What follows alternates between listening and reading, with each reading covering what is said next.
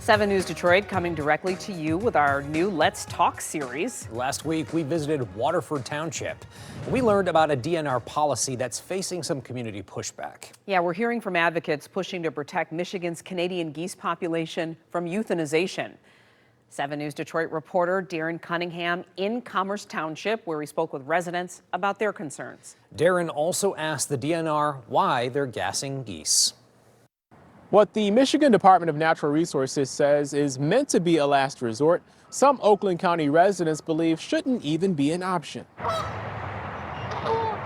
There's no science, there's no Michigan studies, and there's no environmental impact study that they've done to even justify the geese being gassed. Karen Stamper feels strongly about the Michigan DNR's practice of rounding up and gassing geese. The Commerce Township resident calls it cruel and a horrible way for the species to die an unnatural death. They can hold their breath for a long time, so it takes them a long time to die.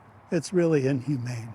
Larry Carcel, who lives on a lake in Heartland in Livingston County, says he goes around the state helping geese that are injured. There's a lot of people who really do care about the geese. According to the DNR, a minimum of 70% of residents in a community must agree for geese to be rounded up, and there must be at least 100 geese in that area for the DNR to come out. But both Stamper and Carcel question how thorough the DNR is when it comes to making sure both criteria are met. They're using these petitions that people signed like 4 years ago saying the geese may be killed and not they are going to be killed. And, you know, some people were fine because they were getting relocated, but now they're not. Stamper suggests a number of non-lethal alternatives. Starting in 2022, we had high-path avian influenza in Michigan, and that has continued. So we decided we were going to stop relocating geese because we did not want to be moving potentially sick or diseased geese around in the landscape. Wildlife biologist Caitlin Barnes is an acting waterfowl specialist with the DNR.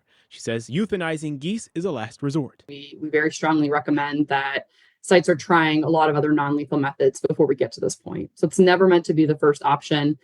If we do arrive at this last resort, they will be humanely euthanized. We'll be using an American Veterinary Medical Association approved method, and that is euthanizing using CO2 chambers. Stamper says one of her next steps is to reach out to state lawmakers.